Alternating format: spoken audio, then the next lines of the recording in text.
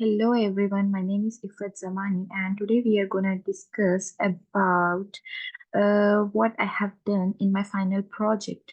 Coming to the part one, it is about an essay on generative AI, which was explained by our professor in the class.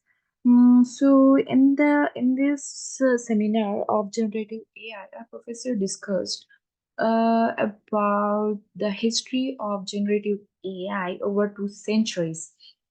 Coming to the introduction, the narrative of generative AI is one of the most important in the annals of technology, spanning over a century and a half. This saga is not just about algorithms and models, but it is about the human ingenuity. This essay will traverse through the history of generative AI, unfolding the evolution from foundational theories to contemporary models that have reshaped our interaction with technology. So, in the year of 1868, Odyssey begins, um, whose pioneering work in statistical mechanics, establishing the Boltzmann distribution. It articulated how the behavior of a system depends on its energy states, asserting that system naturally gravitate towards lower energy. This concept introduced a probabilistic method to physics in advert in the setting the stage from future development in complex system analysis and AI. In the year of 1906, Andre Markov's contribution uh, is, is no less pivotal. He introduced Markov chains, a revolutionary concept that models the probability of transitioning from one state to another solely based on the present state, disregarding the sequence history. In the year of 1925, the Ising model by Ernest Ising and Wilhelm Lenz gave the realm to physics to the information system. It modeled magnetic dipole moments in atomic lattices, portraying states in binary contrast, which closely resemble the binary logic of computer. This model provided an early simulation framework portraying how local interactions could influence global system behavior. In the in the 20th century, witnesses the genesis of artificial neural network inspired by the complexity of human brain.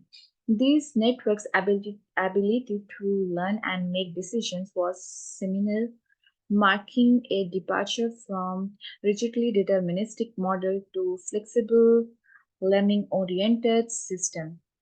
So the introduction of Boltzmann mechanics and energy-based models by Geo- Geoffrey Hinton and Terry in the 1983 further refined this concept, leveraging energy states to determine the probability of a network's configuration and hence its behavior. The progression into the recurrent neural network infused the element of memory into AI systems, enabling the processing of sequence of data. However, RNNs grappled with the vanishing gradient problem, where information was lost over long sequence. The advent of long short-term memory network addressed this issue with a gated mechanism preserving information over extended periods, thus capturing long-range dependencies in data. The Transformers model in the year of 2017 by Ashish Vaswani, a new era. It is from sequential data processing that defined RNNs and LSTMs. The transformer introduced an attention mechanism that allowed the model to focus on different parts of input data selectively. It encapsulating paper title, attention is all you need, underlining the model's capability to revolutionized neural network architecture, simplifying the processing of sequence tasks and eliminating recurrent layer. And the transformer model catalyzed the development of innovative architecture such as BERT and GPT, dramatically enhancing natural language processing's proficiency. These models' potential extend beyond language translation to content creation, search optimization, and even biotech application. In the conclusion of this essay of generative AI, has journeyed from theoretical physics to an integral facets of modern technology, transforming how mechanics comprehend and generate human language. This journey from Boltzmann to Transformers encapsulates a continuum of intellectual curiosity and innovation. As generative AI continues to evaluate, it holds the promise of even more profound societal and technological metamorphosis in the years to come. These are all the references that I used to write this essay. Coming to the part two, it is about the data set. I have used the data set, namely air quality data set. Data type, multivariate types series data. This is the website which I used to download the data set. So the time span of my data set is 1 year from March 2004 to February 2005. And there are total 9,358 instances of data points. Data structure. The data contains 16 attributes including date, time, true hourly average response, targeted variable, and uh, other other attributes. The dataset contains hourly average response from an array of 5 metal oxide chemical sensors embedded in an air quality chemical multi-sensor device. The device was located on a field in a significantly polluted area at road level within an Italian city. Data were recorded from March 2004 to February 2005, 1 year, representing the longest freely available recording of on-field deployed air quality chemical sensor device responses. Ground truth hourly averaged concentration for carbon monoxide, non-metallic hydrocarbon, benzene, total nitro oxide, and nitrogen dioxide were provided by a co-located references certified analyzer. Evidences of cross sensitivities as well as both concepts and sensor drifts are present as described in the data, eventually affecting sensors concentration estimation capabilities. Missing value are tagged with minus 200 value.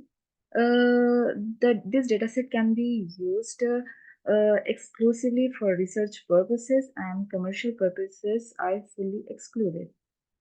Coming to the part three, it is the part three. This is the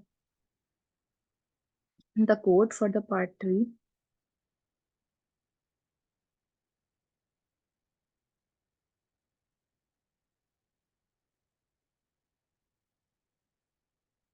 So this is the report about the part 3. It implemented a simple RNN with two layers, a simple RNN layer and a fully connected output layer using the Cursors library in Python.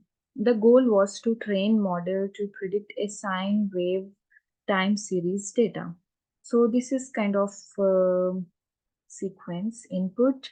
It goes into a simple RNN layer, 64 neuron, and it gives a dense layer 1 neuron and the output. A new 2000 point sine wave data set was created and which covered the interval of 0 to 20 pi. That was also added random noise to increase its realism. Train and test data sets were split in the ratio 1:1 with the training data set having 80% and the test data 20%. Model architecture. The simple RNN layer, this layer which has 64 neurons accepted the input sequence in the form of 3D array, and the output of that is a dense layer. The final the it's a hidden layer. The final hidden layer that includes a single neuron to give the output of the final prediction. The provided model was to put together with the ADAM optimizer as well as a mean squared error loss function. The training of the data, the model was trained for 100 epochs with 32 samples batch size on the training data. And the evaluation of data, the model was tested using the tested data set and the algorithm predictions were compared with the accurate data. The data was presented via plotting it with the matplotlib as given is the analysis visualization. The visual plot demonstrates that the RNN did reasonably well in the producing the overall trend and shape of the sine wave, but it had difficulty in predicting the peaks and valleys correctly. The predictions usually tend to underestimate the peaks and overestimate the valleys. Hence, the actual data curve is smoother than what is depicted in our model. This is a shortcoming of the simple RNA design when they are used to analyze sequential data dealing with a long-term dependency. Simple RNNs may have problems such as poor information storage and propagation that will ultimately give them false prediction. This is due to their inability to predict the sequence that traverse a considerable length of time. An obvious contrast between the result of simulation and a real data was observed at the area of Peaks Valley, where the simulation failed to reproduce the shape variation in direction and amplitudes as it really was. In addition, there seemed to be a phase shift in several areas between the model output and the acquired spectra. To overcome the simple RNN deficiency in forecasting the sine wave, we'll be considering increasing the model depth by adding more neurons or layers. Using the advanced RNN architecture like LSTM or GRU, turning hyperparameters, a variety of data preprocessing, and a variable sequence length for the input data. Finally, with a simple RNN model that displays the general trend of sine wave is good. Its flaws are that are shortcoming in prediction of a peak, valley, and phase draw attention that the advanced architecture is demanded are the techniques of optimizing when our confronts complex sequential data patterns. This was the part one of my presentation.